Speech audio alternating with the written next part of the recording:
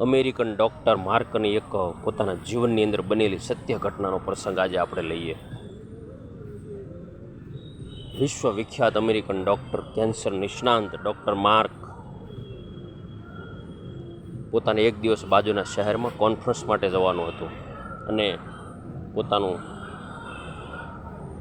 Charter plane, helicopter બધું જ પોતાની પાસે. એમને એમના ડ્રાઈવરને કીધું કે હવામાન ખરાબ છે તો પ્લેન તો જઈ શકે એમ નથી, આપણું હેલિકોપ્ટર તૈયાર કરો. ડ્રાઈવર કહે, સાહેબ હવામાનને કારણે હેલિકોપ્ટર પણ ત્યાં જઈ શકે એમ નથી, હવે શું કરશું?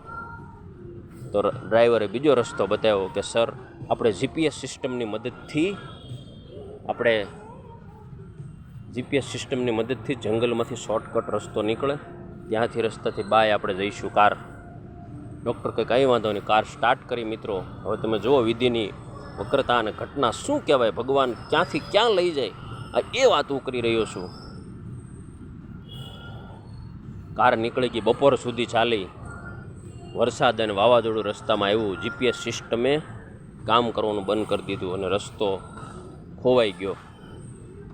હવે ડૉક્ટર કહે, 2:30નો સમય થયો ડ્રાઈવર, મને હવે કકડીને ભૂખ લાગી છે.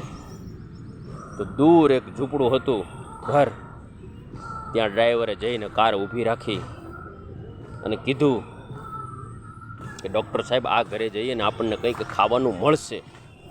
અને ત્યાં ગયા અને જોયું તો એક માળી હતા અને આનો એકનો એક દીકરો બીમાર પડ્યો હતો અને લોકોએ કીધું કે આ દીકરાને અમેરિકન નિષ્ણાંત ડૉક્ટર માર્ક, કેન્સરના સ્પેશિયાલિસ્ટ ડૉક્ટર છે, ત્યાં લઈ જાઓ તો આમને મટી જાય રોગ. તો ડૉક્ટરે માળી પાસે કીધું, માળી મને કકડીને ભૂખ લાગી છે, મને જમવાનું આપો. માળીએ પોતાના જે ઘરમાં જે જમવાનું હતું પીરસ્યું અને કીધું કે સાહેબ જમી લો. સાહેબ જમવા બેઠા અને માળી થોડાક મૂંઝાયેલા. સાહેબ કે, માળી તમે કેમ મૂંઝાયેલા છો? માળી કે, મારા દીકરાને વર્ષોથી આ તકલીફ છે અને બધા લોકો કહે છે કે અમેરિકન ડૉક્ટર માર્કની પાસે અમને લઈ જાઓ તો એમને સારું થઈ જાય, પરિસ્થિતિ આ છે.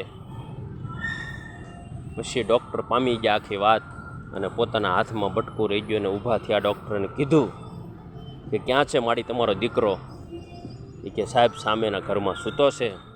સાહેબે ત્યાં જઈને જોયું અને પોતાની કારમાં લઈ લીધો અને અમેરિકા લઈ ગયા અને સાજો કર્યો. સાહેબ ત્યારે એ અમેરિકન ડૉક્ટર, વર્લ્ડ સ્પેશિયાલિસ્ટ કેન્સરના હતા, એણે કીધું કે ભગવાન, ત્યાં દીકરા સુધી મળાવવા માટે મારું હવામાન ખરાબ કર્યું, પ્લેન ખરાબ કર્યો, હેલિકોપ્ટર ખરાબ કર્યું, જંગલમાં તે મને ભૂલો પાડ્યો અને આ માળીના ઘર સુધી લાવ્યો અને આ દીકરાનું કાર્ય કરવા માટે ભગવાન તું બધું જ કરી શકે છે, તને શત શત વંદન. એટલે આપણે એમ કહીએ કે ભગવાન શું કરીએ કે નહીં, ભગવાનને ખબર હોય, આપણે તો ખાલી એક પૂતળા રૂપી છીએ વાલા.